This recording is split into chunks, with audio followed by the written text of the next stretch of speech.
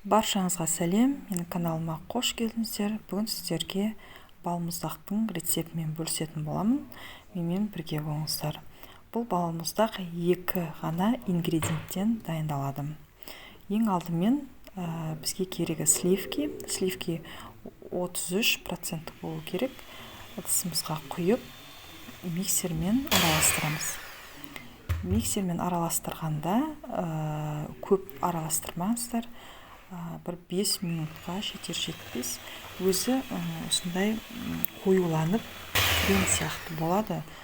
Сол кезде тоқтатамыз. Міне осылай болу керек. Енді бізге керегі сгущенка.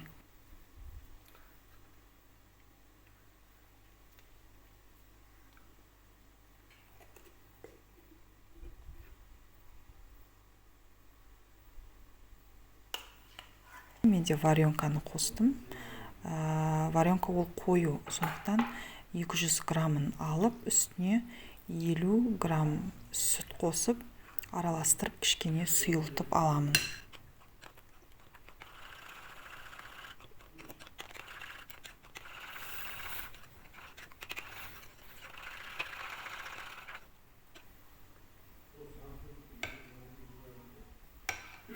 Міне осындай болу керек. Қоюлығы. Енді жаңағы сливкиді миксерімізбен ақырын, ең жай несімен араластыра отырып саламыз. Ақырындап. Шетінің жан-жағының барлығын түсіреміз.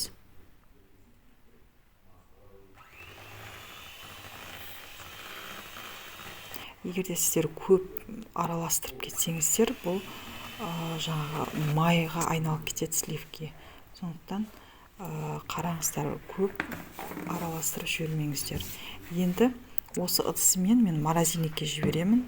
Және осы кезде айта кететін жайт, әр 30 минут сайын осыны морозильниктен алып, осылай араластырып тұру керек. Ең аз дегенде 4-5 рет жасағандарыңыз дұрыс.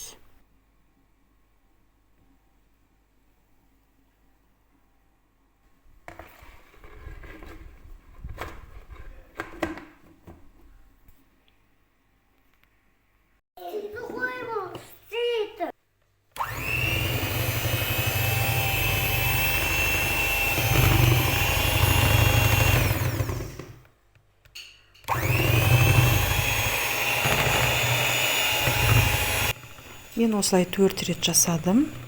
Жақсылап соңғы рет араластырып, контейнерге саламын. Одан кейін бетін тегістеп, морозильникке 5-6 сағатқа жібереміз.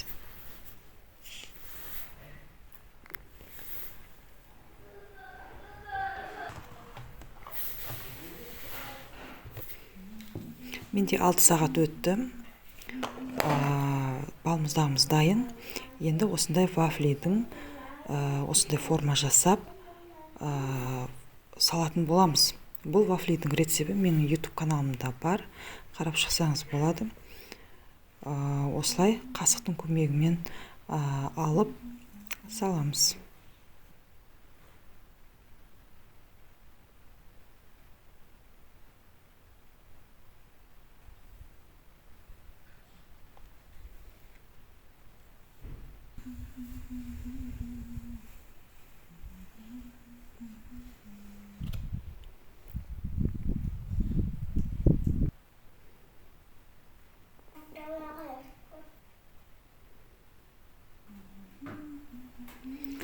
Осымен дайын.